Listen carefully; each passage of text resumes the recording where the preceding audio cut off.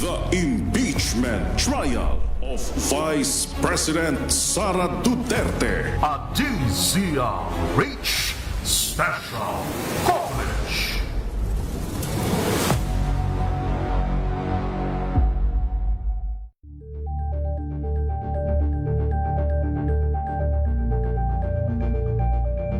Kasabay ng mga hamon at pagbabago sa paglipas ng panahon, nananatiling tapat ang DZRH sa paghahatid ng serbisyo sa publiko.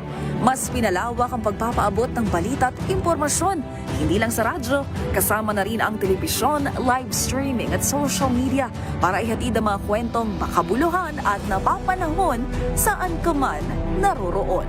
Mula noon hanggang ngayon, mananatiling kaagapay mo ang DZRH, naninindigan sa paghahatid ng katotohanan at sa paglaban sa patuloy na pagkalat ng disinformasyon at sa pagyakap sa makabagong teknolohiya at sa patuloy na pagsulat ng kasaysayan, mananatiling kasama mo ang DZRH saan ka man sa mundo.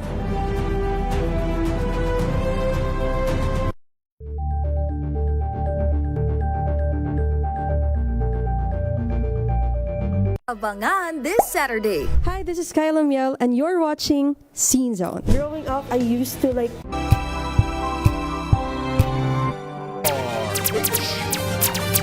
Magandang hapon Pilipinas, ang ating oras sa 14 na minutos makalipas ang alas 5 ng hapon.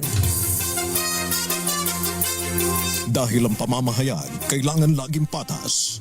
Ang pagtalakay ng bawat issue dapat laging parehas. Narito na ang balitaan at talakayang hihimay sa punot dulo ng mga issue. Bawat panig, ilalahad sa publiko. Programang DZRH Balansyado. Narito na ang mga balansyado sa pagbabalita at komentaryo sina Henry Uri at Karen Oyong. Balansyado. Basta balita, DZRH, balansyado. Basta komentaryo, DZRH, balansyado. DZRH, balansyado, balansyado. Magandang hapon, ito pong DZRH Balansyado live sa DZRH Radio at DZRH News Television. Kami pong inyong mga kabalansyado. Ako po si Miss O, Miss Karen Oyong. At sa pangalan ni Henry Uri, ako po si Josa Cruzat. Tarito na po ang ating mga balansyadong headlines. DZRH, balansyado, balansyado. LPA sa labas ng PAR, malakas ang tsansa na maging tropical depression. Dami ng mga naapektuhan ng habagat at bagyong Maymay at Luis, umakyat na sa 3.7 milyon na katao. Klase sa Metro Manila, 11 lalawigan sinuspinde ng Malacanang dahil sa masungit na panahon. Department of Justice kinumpirma na natanggap na ang US extradition request kay Pastor Apollo Quiboloy. Mga naglitawan na buta sa lansangan ng EDSA pinaimbestigahan ni Senator Ping Lacson. Operasyon ng immigration ng China laban sa may 100 Pinoy, tinawag ni Secretary Teodoro na extortion at pambablackmail. Dismissal proceedings laban sa pulis na nakabaril at nakapatay sa 2 katao sa Cavite sinimulan na ng PNP. At ang 12 binatilyo lumutang sa Marilao River. DZRH, balansyado, balansyado. Ang ating oras 5:16 at ngayon para sa detalye ng ating mga balansyadong balita. DZRH, balansyado, balansyado. Mataas ang tsansa na mabuo bilang tropical depression ang isang low pressure area sa labas ng Philippine Area of Responsibility. Ayon sa DOST Pagasa, huli itong namataan sa layong 1,740 kilometers sa silangang bahagi ng extreme northern Luzon. Samantala, nakataas pa rin ang yellow rainfall warning sa lalawigan ng Bataan, Metro Manila, Cavite, ilang bahagi ng Zambales, Batangas, Laguna, Rizal, Bulacan at Pampanga dahil pa rin sa hanging habagat. DZRH, balansyado. Dumami pa sa mahigit 3.7 milyon katao ang apektado ng habagat at tropical cyclones Maymay at Luis. Batay sa datos ng Office of Civil Defense, naitala sa 3,733 o 3,733,883 individuals o mahigit 1 milyong pamilya ang naapektuhan ng kalamidad mula sa Ilocos Region, Cagayan Valley, Central Luzon, Bicol, Western Visayas, Zamboanga Peninsula, gayon din sa Calabarzon, Cordillera Administrative Region, Metro Manila at Mimaropa. Mula sa nabanggit na bilang, nasa higit 53,000 na katao o 17,000 na pamilya ang pansamantalang tumutuloy sa mahigit 500 evacuation centers. 21 naman ang napaulat na nasawi, 14 ang nasugatan at 3 ang nawawala. Ayon sa OCD, ang lalawigan ng Benguet ang nakapagtala ng pinakamaraming nasawi sa 15 katao, kabilang ang 10 sa Baguio, 3 sa Atok at 2 sa bayan ng La Trinidad. Ang mga biktima ay pawang namatay dahil sa landslides. 3 naman ang naitalang casualties sa Rizal at 3 din sa lalawigan ng Batangas. Iniulat din ng OCD na higit 1,000 kamahayan ang nasira, higit 1,000 partially damaged at higit 100 ang nawasak ng husto. Tinataya na mahigit 2.6 billion pesos ang halaga ng pinsala sa infrastructure at mahigit 347 million pesos naman sa sektor ng agrikultura. DZRH, balansyado. Samantala, abot sa halos 350 million pesos ang halaga ng pinsala sa sektor ng agrikultura mula sa 6 na rehiyon sa bansa dahil sa pananalasa ng magkasunod na bagyong Luis at Maymay, gayon din ng Habagat. Ayon sa Department of Agriculture o DA Disaster Risk Reduction and Management Center, mahigit 11,000 ang mga magsasaka mula sa higit 10,600 na ektarya ng sakahan ang naapektuhan ng mga kalamidad. Mula ito sa Ilocos Region, Cagayan Valley, Central Luzon, Calabarzon, Mimaropa at sa Western Visayas. Tiniyak naman ng DA na mabibigyan ng tulong ang mga apektadong magsasaka tulad ng pamimigay ng mga libreng binhi ng mga palay, mais at gulay. Gayon din ang mga gamot, biologics para sa livestock at poultry, maging survival at recovery loan program o pautang ng 25,000 pesos na walang interes mula sa Agricultural Credit Policy Council. Sinuspindi naman ng Malacanang ang pasok sa mga opisina ng gobyerno at klase sa lahat ng antas sa public at private schools sa ilang lugar sa bansa simula alas 3 ngayong hapon dahil sa masamang panahon. Batay sa Memorandum Circular No. 125, kasama sa suspensyon ang Metro Manila, Zambales, Bataan, Bulacan, Pampanga, Tarlac, gayon din po ang Nueva Ecija, lalawigan ng Cavite, Batangas, Rizal, Laguna at Quezon. Patuloy naman ang operasyon ng mga ahensya ng gobyerno na nagtataguyod ng basic at health services, disaster preparedness at iba pang pangunahing serbisyo. Ipinauubayan naman sa diskresyon ng mga pinuno ng mga private companies at offices ang suspensyon ng trabaho ng kanilang mga empleyado.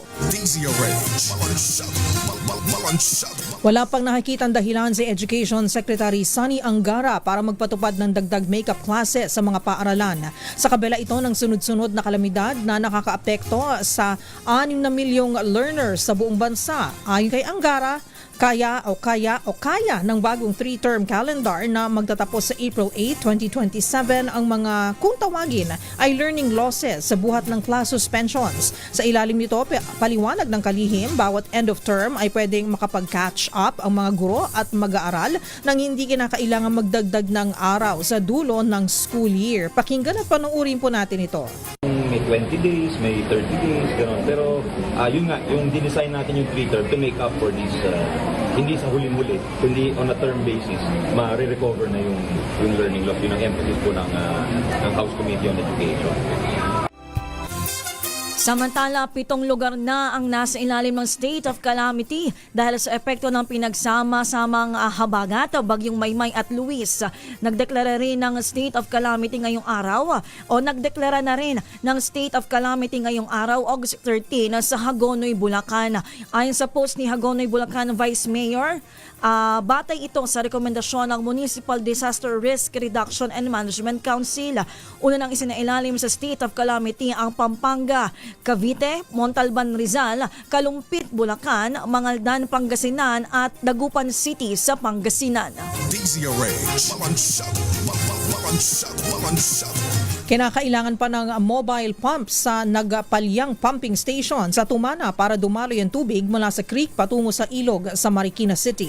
Sa parem ng DZRH kay Mayor Maan Teodoro, Paliwanag ng alkalde na ang karaniwang nakabukas na floodgate ay nagsara ng magkaroon ng aberya sa system ng pumping station. Kaya naman hindi agad humupa ang baha sa naturang lugar. Pakinggan po natin si Mayor Maan Teodoro.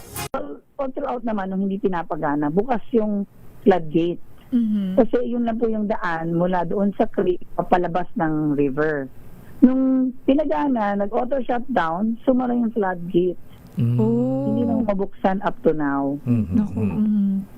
Kaya nagkaroon ho ng mobile pumping na pinahiram po tayo ng DPWH at saka MMDA. Sa ngayon, hindi ko aalis sa MMDA yung mga mobile pump kasi hindi pa rin ho nabubuksan yung floodgate. So anytime na mapuno na naman yun, may level, ipapump out ulit manually po yun. Sabi naman ni Mayor Teodoro, tanging ang dalawang pumalyang pumping station ay nasa pangangalaga ng DPWH. Narito po muli ang panayam kay Marikina Mayor Maan Teodoro.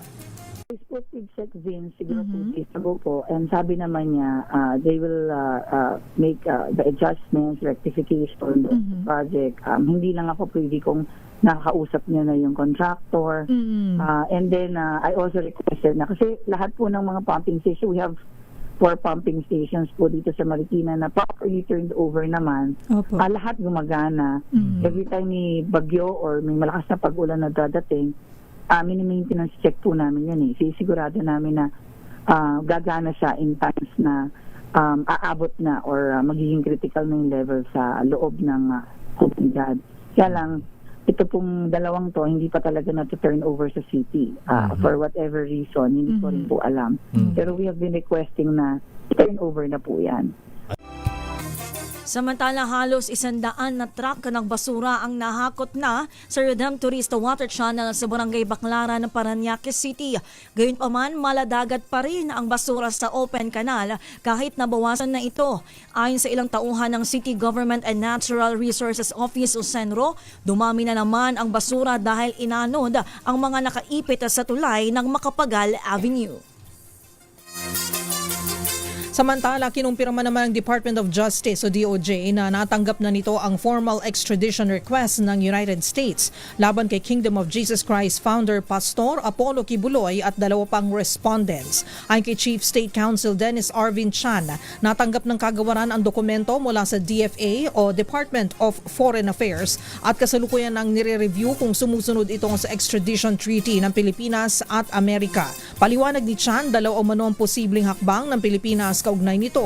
Una ay ang tuluyang paghahain ng petition for extradition na sa hukuman o ang ikalawang option kung saan hahayaan mo nang matapos ang pagdinig ng mga kaso ni Kibuloy dito sa Pilipinas. Samantala, hiniling ni Senator Ping Lacson na imbestigahan ang paglitaw ng mga butas sa bahagi ng EDSA na katatapos lang isailalim sa rehabilitasyon ng Department of Public Works and Highways. Ang mensahe ay ipinaabot ng mambabata sa Senate Committee on Public Works. Sa pamamagitan ng Senate Resolution 594, sinabi ni Lacson na may sapat na dahilan upang reviewin ang disenyo ng EDSA Rehab. Ayon sa mambabatas, dahil sa malakas na pag-ulan, naglitawan ang mga butas sa lansangan kabilang ang porsyon ng EDSA na kinumpunin ng DPWH. Dahil sa naturang problema, walang ibang magagawa ang ahensya kundi gumastos na naman para matapalan ang mga butas sa major thoroughfares. Nabahala si Lacson sa katatagan ng EDSA Rehabilitation kapag hindi agad na-review ang disenyo at pagpaplano hanggang sa mismong konstruksyon ng mga kaparehong high-cost public infrastructure projects.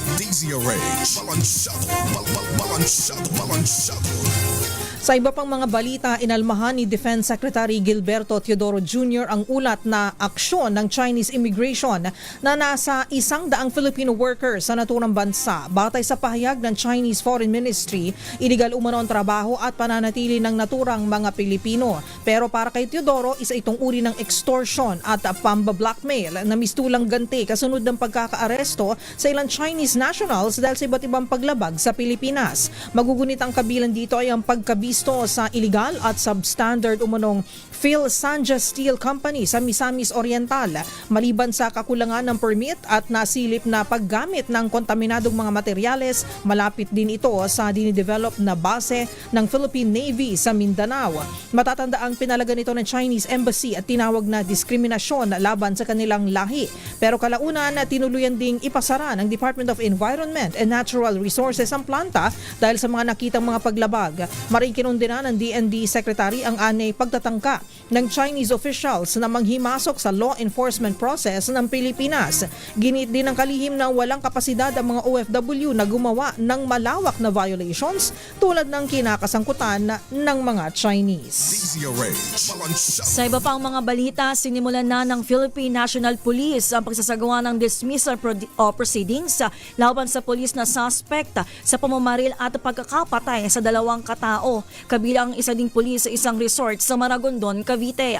Ibinaba ni PNP Chief General Melencio Nartates Jr. ang direktiba upang agad nang matukoy ang administrative at criminal liability ng iba pang pulis na nasa lugar nang mangyari ang insidente. Matapos ang pamamaril sa parking lot ng resort, agad na aresto ang suspect na police corporal mula sa 13 Martires City Police Station. Sinibak na rin sa pwesto ang bagong talagang hepe ng Maragondon Police na si Major Ian Lexter Loyola. Batay sa inisyal na investigasyon, nakainom ng alak ang grupo ng mga pulis kabilang ang suspect na sinasabing umattend sa birthday celebration ng naturang opisyal. Lumutang ang 12 binatilyo sa Marilao River sa Bulacan. Ang 2 biktima na parehong 13 years old ay unang napaulat natin na ngayon ng malakas na agos ng ilog sa barangay Gaya-Gaya sa San Jose del Monte at sa Bagong Silang sa Caloocan City noong nakaraang Lunes. Sila ay positibong kinilala ng kanilang mga magulang. Ayon kay Mark Joseph Guillermo, head ng Marilao Municipal Disaster Risk Reduction and Management Office, partikular na natagpuan ng 2 bangkay sa barangay Nagbalon. Samantala kahapon, Miyerkules ng gabi ay nakita sa bayan ng Santa Maria ang katawan ng isang 17-year-old na binatilyo na nawala sa barangay Santo Cristo sa San Jose del Monte. Sa kabuuan, isa na lang ang hinahanap sa 4 na lalaki na idineklarang missing sa kasagsagan ng malakas na ulan noong Lunes sa Bulacan at sa Caloocan. Hindi naman alam ni Pangulong Ferdinand Marcos Jr. ang umano'y 24 billion leadership fund na ibinunyag ni dating Department of Public Works and Highways Secretary Manuel Bonoan. Ayon kay Palace Press Officer Yusek Claire Castro, kung alam ng Pangulo ay tiyak anya na hindi ito tolerate at hindi papayagan. Anya posibleng pribadong pag-uusap lamang ito sa pagitan ng dating DPWH Secretary at ilang opisyal. Sinabi rin ni Castro na maging ang kasalukuyang kalihim ng DPWH na si Vince Dizon ay walang alam tungkol sa leadership fund. Pakinggan at panoorin po natin si Yusek Castro. Parang teacher. Kapag kayo'y nangopya, ipapaalam niyo ba sa teacher niyo? Kapag nahuli kayo ng teacher, anong gagawin ng teacher? Di ba, bibigyan kayo ng penalty? So, gano'n lang. Kung alam ng Pangulo yan, hindi niya yan ito-tolerate at hindi yan mangyayari. Pero mga ganito kasing usapan, minsan, lihim. Sa kanyang testimonya sa Sandigan Bayan, sinabi ni Bonoan na may tinatawag na leadership fund ang ahensya para sa mga pet project ng mga senador na may tig 500 million pesos na allocation bawat isa. Habang umaabot naman sa tig 1 bilyong piso ang alokasyon ng mga senador na may hawak na chairmanship sa mga komite. Samantala, tinawag ni Senator Panfilo Ping Lacson na mas masahol pa sa Pork Barrel Fund ang Leadership Fund. Ayon kay Senator Lacson, dapat na itigil na ang ganitong nakagawian kasabay ng pagkumpirma na may nag-alok ng 500 million pesos na Leadership Fund sa mga senador mula mismo sa DPWH noong 2025 budget season. Kaya nangangahulugan umano na sa National Expenditure Program o NEP pa lamang ay nakapasok ng pondo para sa mga mambabatas. Para kay Lacson, gagawan ni dating DPWH Secretary Manuel Bonoan kagagawan ni dating DPWH Secretary Manuel Bonoan ang Leadership Fund kasamang yumaong si Yusek Catalina Cabral. Samantala, maring itinanggi ng senador na nakinabang sila sa Leadership Fund. Pakinggan at panoorin po natin si Senator Ping Lacson. Hindi dapat makidip ng fingers yung mga congressmen, mga senators sa budget preparation. Because that is within the domain of the executive, down to the local levels, mga LGUs. Dapat walang pakialam. Ang pakialam ng congressmen and senators, ito sa tinatawag na authorization phase, meaning legislation. Doon pwede mag-amend, aka insertion. Kasi kung doon pa lang sa NEP, naka-insert na, parang ito yung, parang sabihin na natin, ito yung descendant ng pork barrel. We just outlawed way back in 2014, di ba? Outlawed na yan declared unconstitutional. Pag-aaralan ni Executive Secretary Ralph Recto ang posibleng legal na aksyon sa umano'y tangkang pag-set up sa kanya sa isang sex scandal.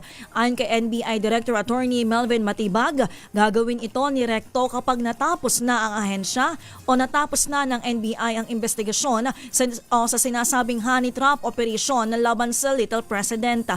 Magpapadala rin umano ng mga abogado ang kampo ni Recto sa Bureau bukas upang alamin ang mga posibleng pananagutan ng mga sangkot. Pakinggan natin si Matibag. After the investigation, when we close the investigation because they want to look into the responsibility or kung ano yung pwedeng maging legal actions na.